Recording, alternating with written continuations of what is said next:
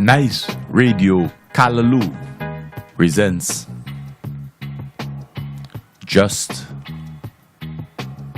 Another Look.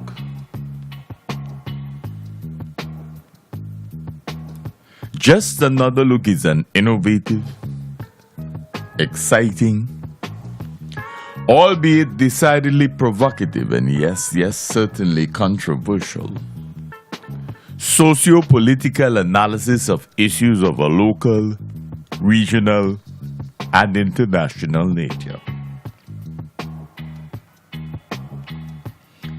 Just Another Look is heard only on Nice Radio. First aired on Saturdays at 6 p.m. with repeat broadcasts on Sundays at 9 p.m. Remember, you can always catch us on the World Wide Web, www.niceradio.info, or you can check out our Just Another Look blog, www.justanotherlook.com. I am, of course, Keith Joseph. Today is Saturday. It is the second day of June 2018. Welcome to another edition of your favorite program, Just Another Look.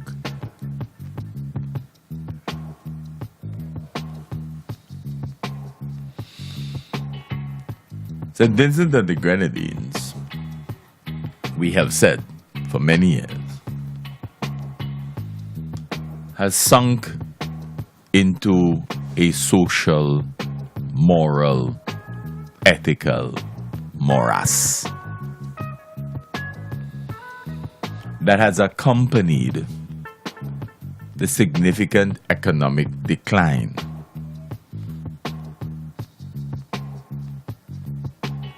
In many respects, if our religious leaders be truthful, we have lost our religious commitment for the most part. And so our people are living lives significantly at variance with their fundamental claims to religious beliefs. And we've seen that even among some of our religious leaders. But many of our people have over the years allowed their fundamental religious beliefs to inhibit them from challenging the behavioral patterns even of their own religious leaders. So yes, they believe that they should not judge others in the religious field, but they pass judgment on just about everybody else in the society. And they have allowed Mammon to become, in many respects, their new god. Materialism has taken control of many in our societies, despite their professed religious commitment. And it is the reason that our political leaders of the last several years have been able to convince so many amongst the Vincentian electorate, particularly our young people moving into their late 20s and early 30s, that they should strive after a lifestyle that is consistent with what they are seeing on television, what they're reading about in North America in particular. So that we have produced a society where we have convinced many of our youths that the way to go is to play the political game. To commit to owning the party, owning the campaign, and owning the jobs too. Because that way you can remain in control and live a lifestyle that others would envy. It doesn't matter, by the way, that you had to trample on others to get to the top. It doesn't matter that you have to carry news, even if they are rumors, to the political leadership so that you can curry favor with them. It doesn't matter if it is your neighbor or a relative, as long as you are the beneficiary. That is the culture that we have created in Vincentian society. Instead of looking at the bigger picture, and you know we have a prime minister who likes to talk about the bigger picture. Instead of looking at the bigger picture, where our economy is now firmly rooted or firmly grounded on taxes. Instead of looking at the bleak economic status of St. Vincent and the Grenadines, we are seeing only the narrowness of political largesse that allows the individual to move forward. So you pledge loyalty to the ruling regime. You commit to forever lying prostrate before Papa.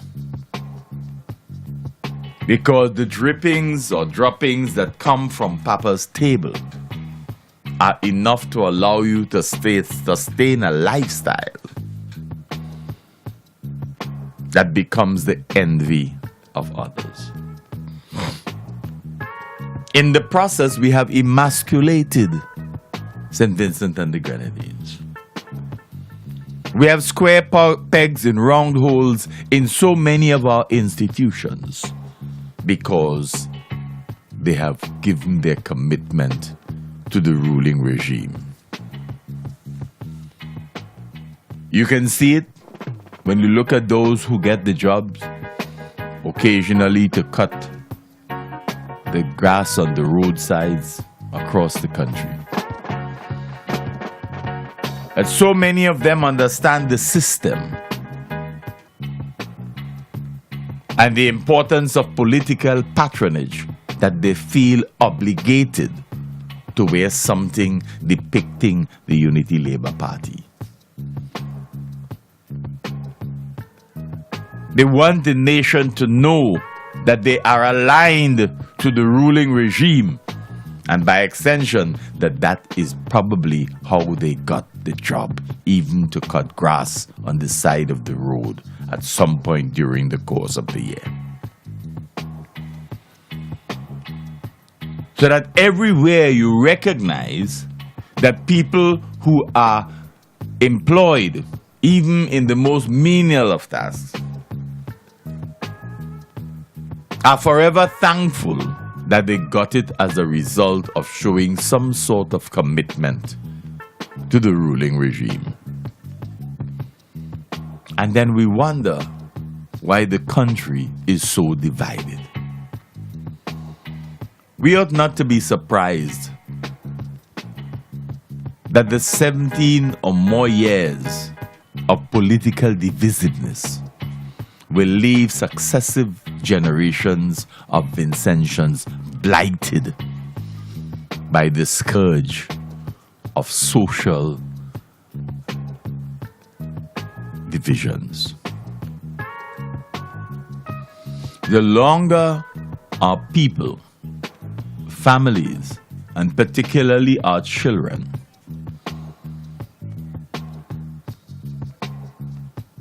have to undergo and live under these social divisions, the more it becomes part of who they are. So that you could thank the ruling regime for creating a more divided Vincentian society that will last at least through the next 3 generations. It is not going to change anytime soon. One of the most difficult things to change the people's behavior and the attitudes that are associated with that. And that is why dictatorships focus on a sort of deliberate re-education program in order to have children and youths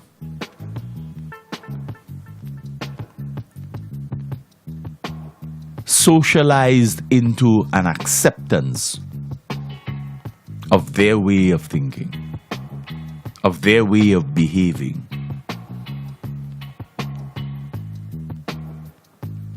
And so their friends do not expect St. Vincent and the Grenadines to be any less divided over the next 50, 60, 70 years.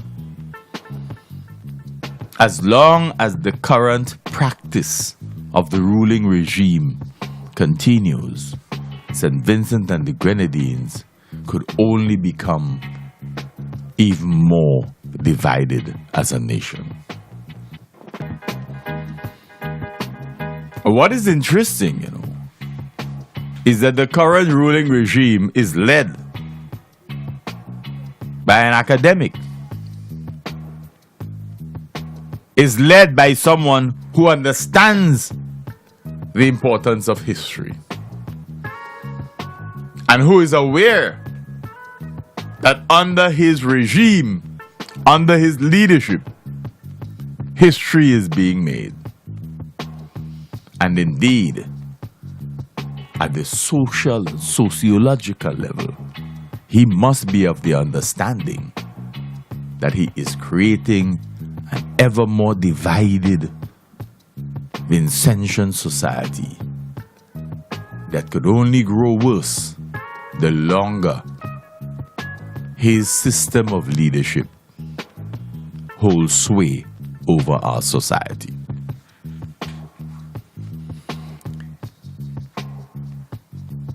If his academia is worth anything, it would allow him to understand what we have just said.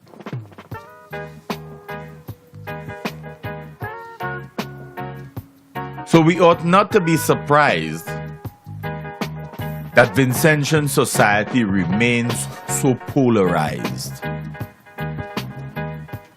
That some people actually believe that support for a political party, namely the ruling regime, ought to be a guarantee of employment, ought to be a guarantee of a better way of life,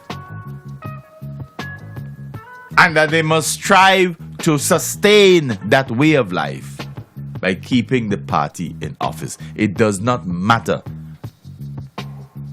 that in doing so, you are significantly disenfranchising a significant proportion of your own population. The ethic of me, of I, of the ego is so endemic in Vincentian society today that is not likely to change anytime soon. Because it impacts all of St. Vincent and the Grenadines. And should the ruling parties change, a new government led by a new political party will realize how difficult a task it is to redress such a situation. So should that, by some good fortune, the New Democratic Party win the next general elections, they will find that their own supporters, having suffered under the yoke of ULP leadership for so many years, would turn to them and say, boss, it's our time now. Let us do to them what they did to us, or worse. That is what we have seen being set up over the last 17 years. We have transformed our society. Yes, there has been an education revolution, but not in the academic sense. If there's been any sort of education revolution in this country, it would have been in the political realm, not in the academic realm. We've had an education revolution in the way we have allowed our people to understand real politics. Real politics is about creating a maximum leader. It's about accepting that people should call you Papa. It is about believing that only you can make this happen. And trying to get your minions to believe that these things are only happening because you and only you could have made it possible.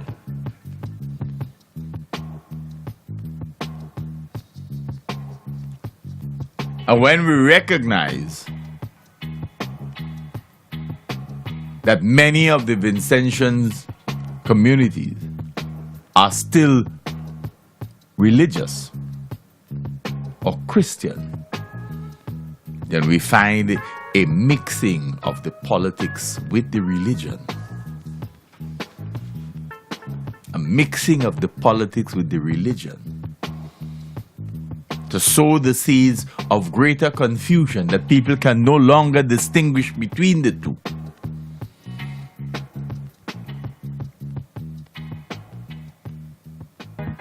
And so they see you, or are made to see you, the leader, as having been sent by God to perform this particular role. It is a sad day when our people have lost or have given up the capacity to think for themselves. It's a sad day when an entire society can allow itself to be so duped politically that they cannot see the trees from the forest, the leaves from the forest. It's unfortunate that this St. Vincent and the Grenadines, this land of the blessed, is now a place where its people are so color conscious in the political sense that they cannot distinguish between brothers and sisters. We have become a bitterly divided society. And one wonders if the view expressed by Adrian Saunders, who is now the head of the Caribbean Court of Justice, if his views on St. Vincent and the Grenadines has changed in any way. As a Vincentian, remember,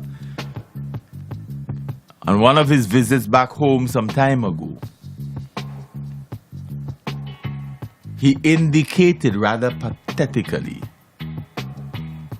how sad he was that having returned to his own home, he had to be very careful as to what colors he wore while here.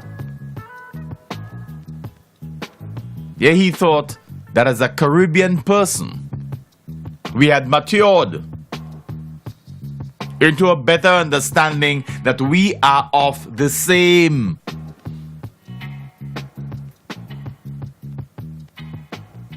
We are one people living in one country, and yet we can be so divided. And it must have taken him to an understanding and appreciation for the challenges that he faces at the level of the Caribbean Court of Justice,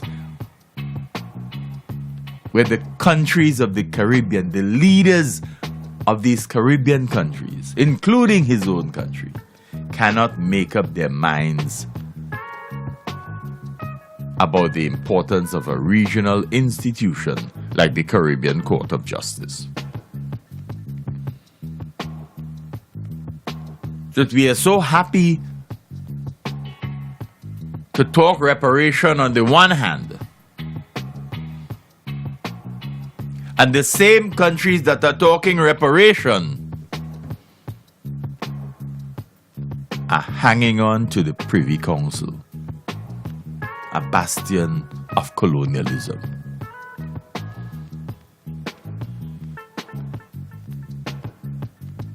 Because they do not have enough confidence in the capacity of their own people, of our own people, to objectively apply the rule of law in our respective countries.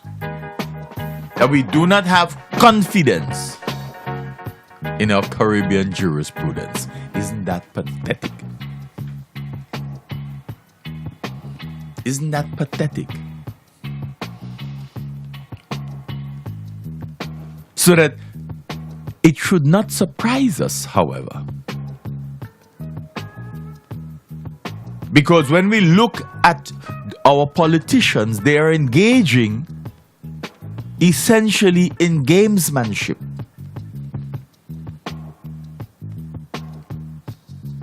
So that here in St. Vincent and the Grenadines, we could have had a promise made in 2000.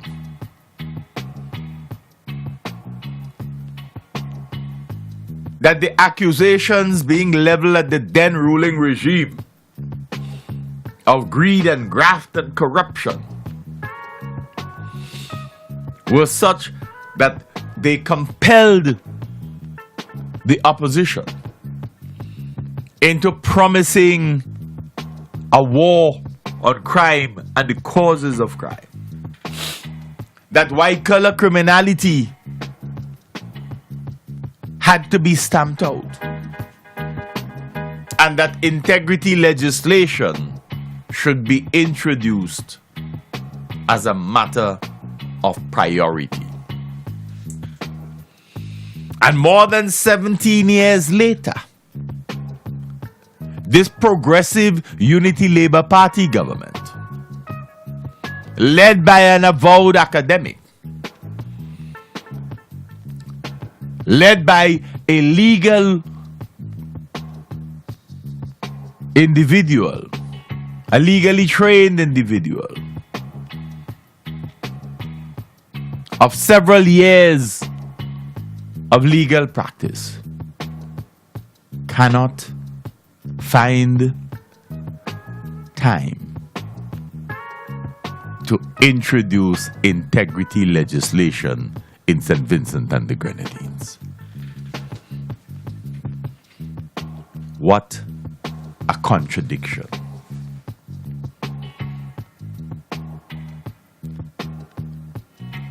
We as a people ought to feel compelled to apply our critical thinking skills to what happens in our society. But over the last 17 years, we have failed to do so for the most part. And we have created an environment that promotes political patronage. that promotes political prejudice, so that one side and its supporters can eat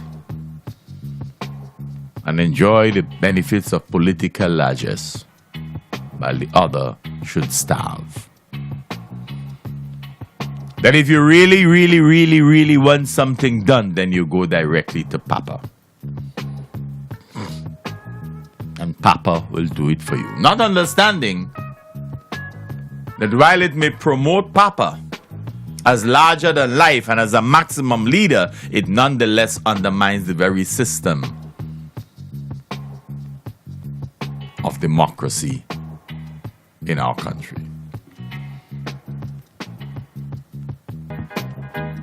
That it creates a false sense of leadership. It confuses authoritarianism and benevolent dictatorship with democracy.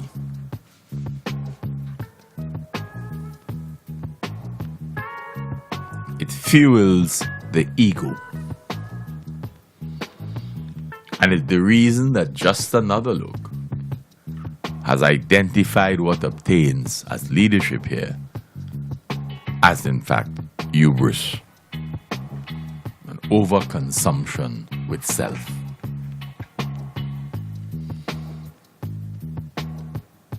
So St. Vincent and the Grenadines today, we have been saying for some time, St. Vincent and the Grenadines today continues to head towards that social, religious, cultural morass. And we ought not to be surprised at anything that is happening. That is why in some areas people are talking about the increase in prostitution in this country. I'm being surprised at the different classes of people who are finding themselves in that capacity to earn a living. We have seen an increase in laissez-faireism, where even our politicians have lost the capacity to remain faithful to their wives.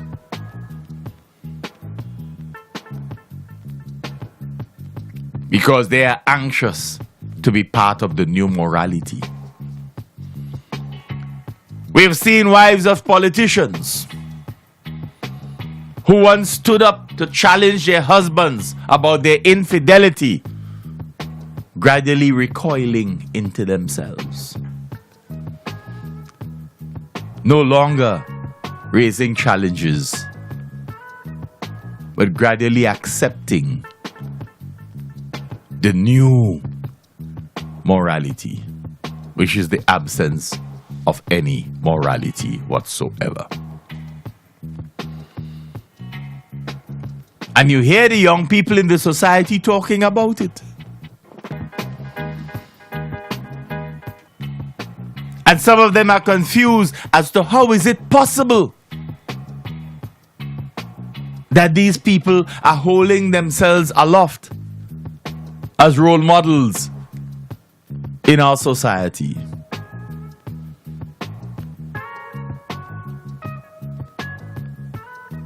And sometimes you see the politicians in corners with a little smallie and think nothing of it, that the individual may be even younger than their own children, and they think nothing of it. And yet they strive for political leadership. You have politicians who are preaching a new morality that suggests do not raise issues of family and fidelity, because those are not political issues anymore. Nobody listens to that. It's not going to win you any votes. Why? Because everybody in society doing it. That is the belief.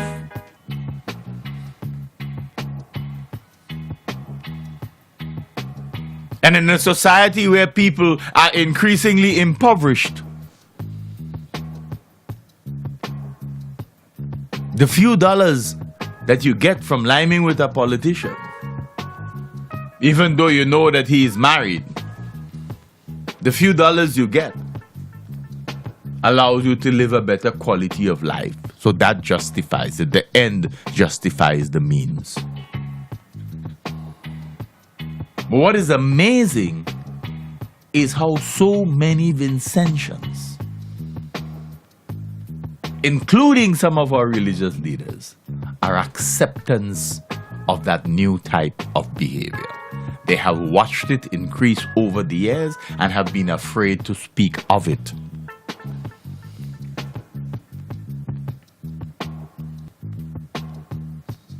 And there are some of our political commentators who are afraid of speaking of it because they themselves are involved in it. This is St. Vincent and the Grenadines today. Are we going to say, like the Calypsonian, we like it so? Or are we going to commit to trying to effect change? Meaningful change. You know that when the Unity Labour Party came to office, it talked about change. It will change the situation on crime. It will change the situation in terms of our economic development. It will change the relationship between government and civil society. It will change our approach to tourism. It made no commitment to our behavior patterns. We didn't tell anybody that we were going to allow our society to become morally depraved. A society in which loss of respect for women has become the norm. And that is why essentially our political parties across the Caribbean, not just in St. Vincent and the Grenadines, across the Caribbean, struggle with coming to terms with women and gender equality in their own institutions. The minute you tell them about the gender inequity that exists among them as social and political institutions, they get offended. And their response is what? Put them there because they're women? They must earn their rights. But how can they earn the rights when men disenfranchise them? How can they earn their rights when men abuse them? How can they earn their rights when men use them and then deny them the opportunity because of their failure to stand firm and not allow themselves to be used and abused? Often by politicians.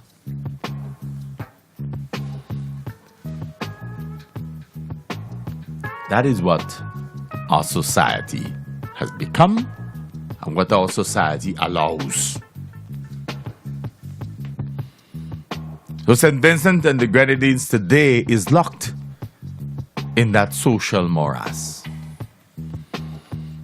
It is difficult for a woman to move forward in such a social and political climate because they continue to be seen essentially as sexual playthings for the men in Vincentian society. Forget about what you have in your head. Is what you can do in the bedroom that seems to be more important to our men in Vincentian society, politicians and otherwise. And until such time as our girls and our women understand the importance of being empowered understand the importance of objectively analyzing their roles in the development strategies of our society, and the importance of making their own contributions to the development of our society, they will continue to become the playthings of our males. Politicians will continue to use and abuse them.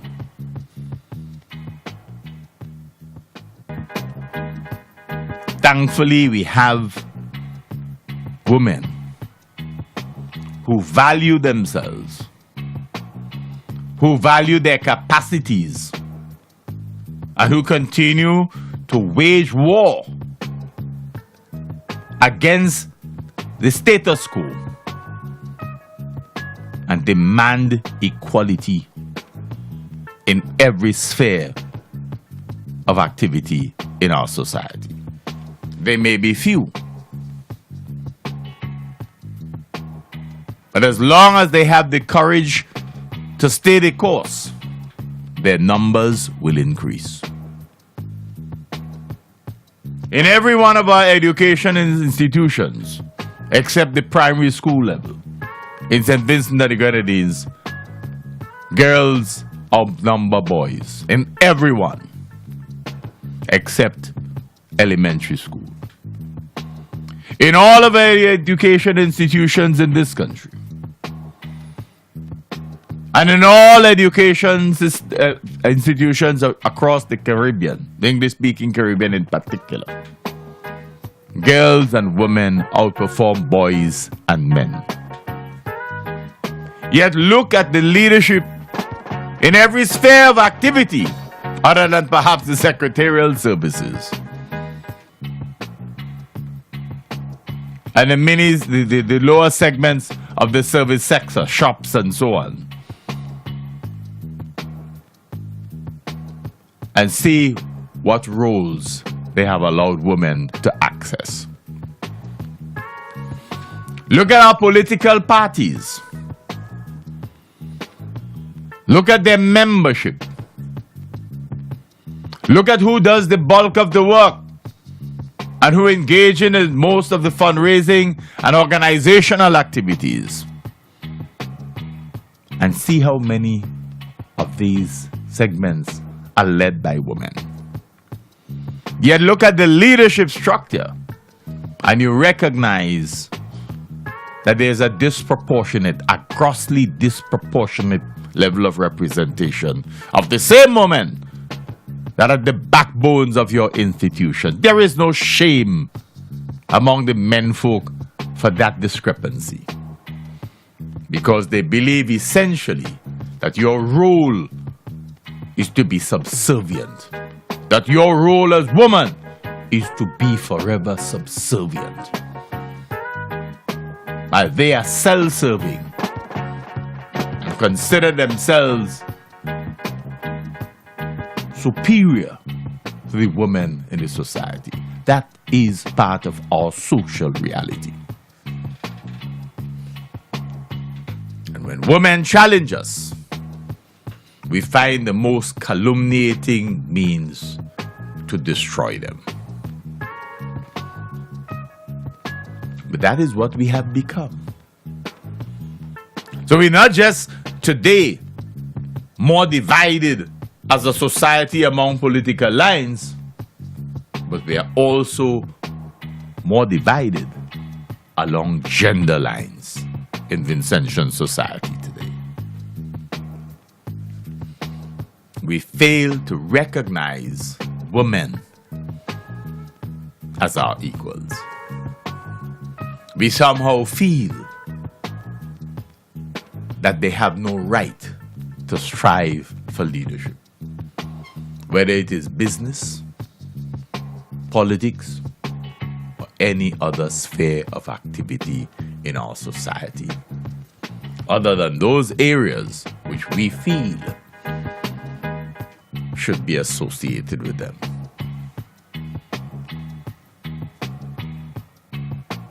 So St. Vincent and the Grenadines today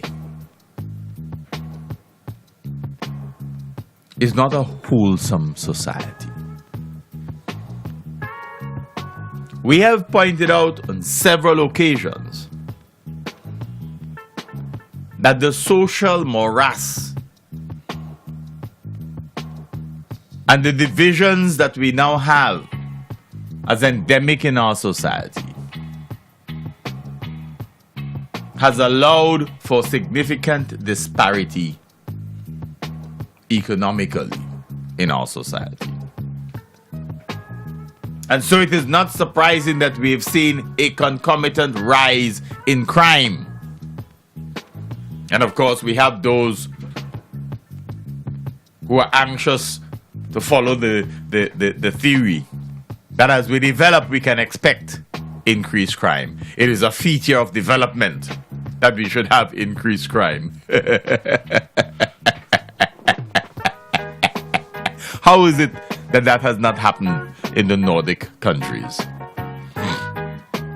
We are so anxious to use that explanation that it is because we are developing that crime is increasing, rather than come to terms with the fact that we have failed to lead by example.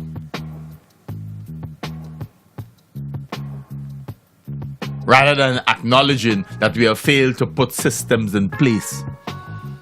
Rather than acknowledging that we have failed to put appropriately qualified persons in place. If a primary consideration for who goes where is party loyalty, the capacity of the individual to do the jobs required is secondary, if not lower down the ranking. That's why we have seen increases in crime. But we've also not been anxious to recognize that we are creating higher levels of impoverishment while we are anxious to take on board all of the arguments in favor of poverty alleviation. And while we are anxious to take the funding for programs that address poverty alleviation, we are not looking at how effective or ineffective those programs have been.